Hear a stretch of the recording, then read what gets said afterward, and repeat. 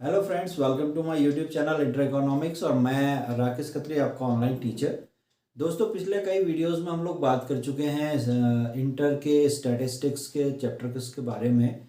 और हम लोगों ने बात की थी डेटा के बारे में, हम लोगों ने बात की थी टाइप्स ऑफ डेटा, टेबल्स के बारे में, प्रेजेंटेशन के बारे में, कलेक्शन ऑफ डेटा के बारे में, सर्वे के बारे में। तो बहुत सारी चीज़ें हमने बात करी हैं। मेरा पहला निवेदन आपसे यही होगा कि अगर आपने मेरे वो सारे वीडियोस अभी तक नहीं देखे हैं तो प्लीज़ उनको देख लीजिए, और अगर आपने वो सब देखे हैं तो बहुत अच्छी बात है, गुड लक। तो आज के इस चैप्टर को स्टार्ट करते हैं। आज का जो चैप्टर है, इस चैप्टर में हम बात करने वाला है प्रेजेंटेशन ऑफ डेटा। डेटा जो हमारा आया है, अभी तक हम लोगों ने कलेक्शन कर लिया है, तो हम उसका कर रहे हैं ग्राफिकल प्रेजेंटेशन, यानी आंकड़ों का आरेखी प्रस्तुतिकरण। अब ये जो आंकड़ों का आरेखी प्रस्तुतिकरण है, इसके हमारे पास तीन तरीके हैं उनको प्रेजेंट करने के।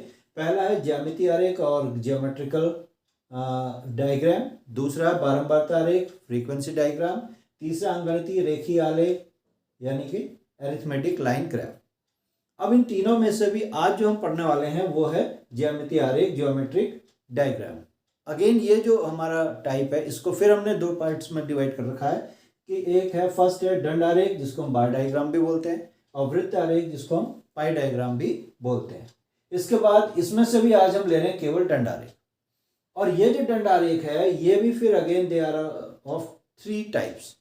पहला सरल दंड आरेख, सिंपल बार डायग्राम, बहुदंड आरेख, मल्टीपल बार डायग्राम, घटक दंड आरेख, कंपोनेंट बार डायग्राम। और यहाँ पर भी आज का जो हमारा ये टॉपिक है, ये बेस्ड है सरल दंड आरेख और यूं से सिंपल बार डायग्राम। तो आज के इस वीडियो में हम देखेंगे कि सरल दंड आरेख यानी कि सिंपल बार डायग्राम कैसे बनाते हैं। यहाँ पर हमने ले लिए टेबल, जिसमें हमने साक्षरता प्रतिशत दिखाया है 2001 का, अलग अलग राज्यों में जो साक्षरता प्रतिशत था, और इन्हें मैंने थोड़ा सा इजी करने के लिए 5 के मल्टीपल्स में राउंड ऑफ कर दिया है। और ये मैंने इसके लिए डेटा के लिए हमने ग्राफ प्लॉट किया। अगर आप ग्राफ में बनाते हैं तो आप ज़्यादा एक्यूरेट कर सकते हैं, ये जनरल पेपर पे भी बना सकते हैं हम इसे। तो इसको बनाने के लिए हमें पता है दो एक्सेस होते हैं, अक्ष होते हैं, एक एक्स एक्सिस है, एक वाई एक्सिस है, और ये पॉइंट ऑफ ओरिजिन है, 0 से स्टार्ट होता है, और यहाँ से हमने मार्किंग कर दी है 10, 20, 30, 40, 50, 60, 70, 80, 90, 100।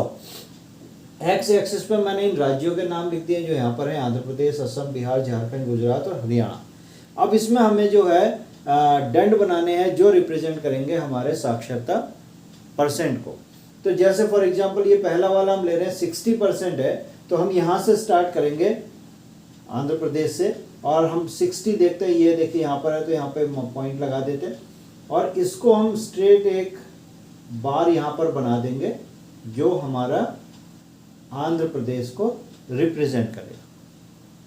ठीक है ना। ग्राफ पेपर अगर यूज कर रहे हैं तो ये और इजी हो जाता है, यहाँ पर आपके उसमें तो पहले से लाइंस और बॉक्सेस बने हुए हैं, तो वो इजी हो जाता है।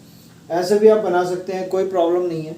असम देखिए, असम है 65%, तो ये 60 था, ये 70 था, इन बिटवीन हम एक ले लेंगे यहाँ पर हम, है ना, 65 मान लीजिए ये है, तो यहाँ से हमारा ये 65 पे असम है। इसी प्रकार अब बिहार बनाना है, बिहार 50% है, तो 50 के स्टेट हम ले लेंगे, तो ये हमारा बिहार हो गया। ऐसे ही झारखंड हम स्टार्ट करेंगे, तो झारखंड है 55, तो फिर 60 और 50 के बीच में हमने यहाँ ले लिया 55, और यहाँ से एक बार बना देते हैं, ये हो गया। इसी प्रकार गुजरात 70 है, 70 हमारा हायर लेवल पे गया।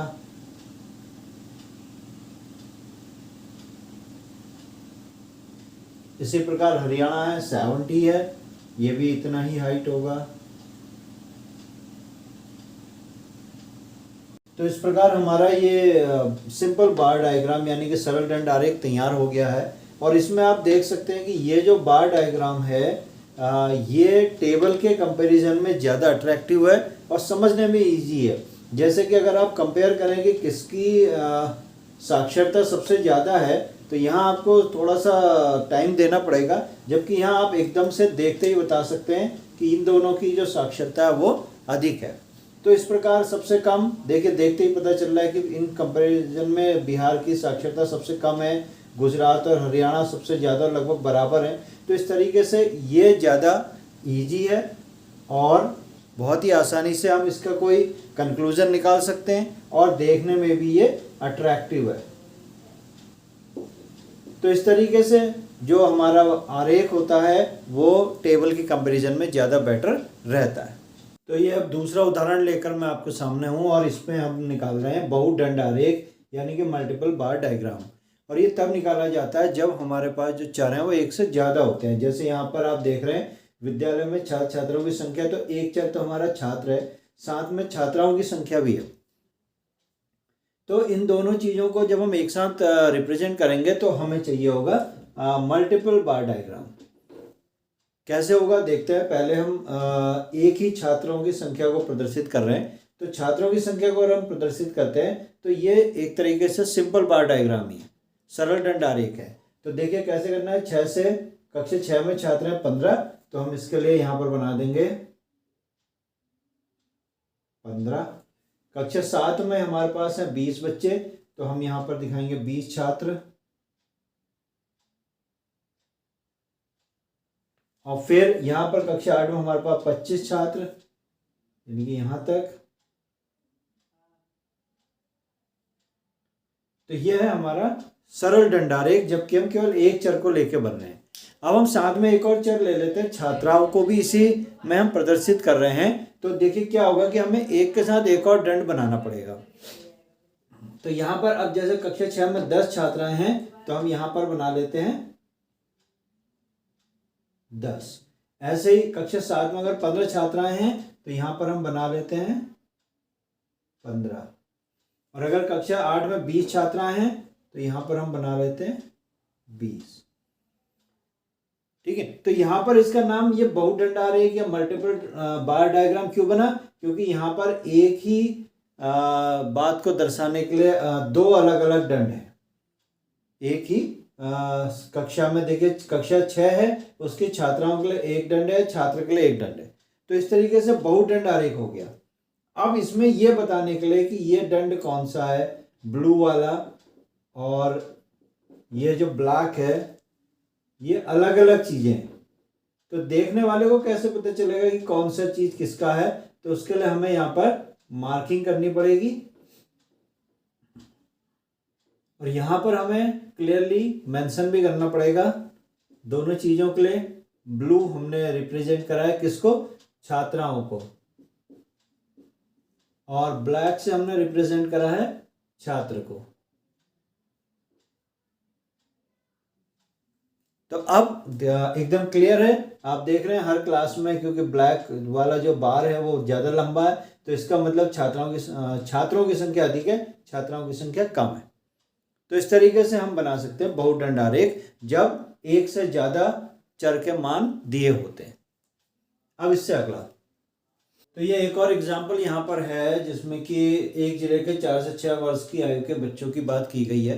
और इस टेबल में आप देखेंगे कि जो भी डेटा है वो परसेंट में है। तो मैं यहाँ पे आपको बता दूं कि जब हम घटक दंड आरेख या कंपोनेंट बार डायग्राम की बात करते हैं तो हमारा जो डेटा है वो परसेंट में होना चाहिए, क्योंकि यहाँ पे परसेंट में दिया है तो हम इसको ऐसे यूज कर रहे हैं। अगर आपका डेटा परसेंट में नहीं है तो first of all you have to change it into percent. ठीक है। अब परसेंट करने के बाद क्या होगा कि सारा डेटा आपका आउट ऑफ 100 हो गया। ठीक है। तो अब देखिए यहाँ पर हमने ये नामांकित बच्चे हैं और गैर नामांकित लड़के लड़कियां हैं, इनको यहाँ पर रिप्रेजेंट करना है घटक दंड आरेख के रूप में। तो कैसे करेंगे, तो सबसे पहले बिना कुछ देखे हम क्या करेंगे कि 100 तक के बार्स बना देंगे। सॉरी टेढ़ा हो गया।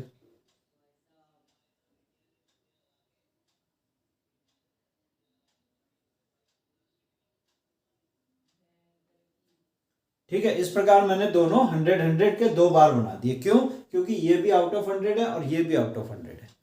अब इस 100 में से हम क्या करेंगे कि 91.5 यानी कि जो यहाँ पर लगभग आएगा 91.5 में यहाँ पर मार्किंग कर देंगे। ऐसे ही ये 58.6 है तो ये 58.6 यहाँ पर इसको मार्किंग कर देते हैं। अब ये मार्किंग करने से ये स्प्लिट हो गया कि 91.5 तक आपके कौन है, लड़के हैं, और बाकी जो रिमेनिंग 8.5 है लड़कियां। तो ये हमारा कंपोनेंट बार ग्राफ है। अब इसे करने के लिए हम यहाँ पर कुछ मार्किंग कर देते हैं। ये मैं ब्लू से कर देता हूँ और इसको मैं ब्लैक से कर देता हूँ, है ना। वो अपनी बेस्टी के साथ ऐसे ही फिर यहाँ पर भी ये ऊपर ब्लू से हो गया और नीचे ब्लैक से हो गया। तो अब यही है, दोनों बार यहाँ पर जो दो बार बनेंगे दोनों की हाइट बराबर होगी, लेकिन उसके अंदर जो उसको स्प्लिट करा हुआ है वो हमारे डेटा को रिप्रेजेंट करेगा कि वो किस तरीके से उन घटकों में डिवाइडेड है। और जैसा मैंने पिछले सवाल में किया था बिल्कुल वैसे आपको करना है। यहाँ पर आपको दो बॉक्स बनाने हैं जो आपको बताना है कि इसमें आपने क्या लिखा है। तो ये ब्लैक थे हमारे लड़के और ये ब्लू थी लड़कियां।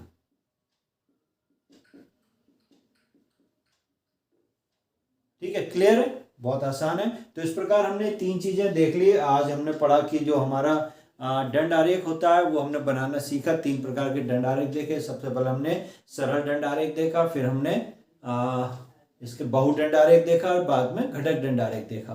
तो आज के वीडियो में इतना ही था, और अगले वीडियो में जो है मैं आपको इसके रिमेनिंग जो और हैं जैसे कि पाई डायग्राम है और आपका बार ग्राफ है, जो भी रह गए हैं वो मैं अगले वीडियो में उसको फिनिश करूंगा, तो उसे भी देखते रहिए। तो इस वीडियो को लाइक शेयर और सब्सक्राइब करना मत भूलिएगा और अगले वीडियो का इंतजार जरूर कीजिएगा। तो स्टे ट्यून्ड, देखते रहिए इंटर इकोनॉमिक्स।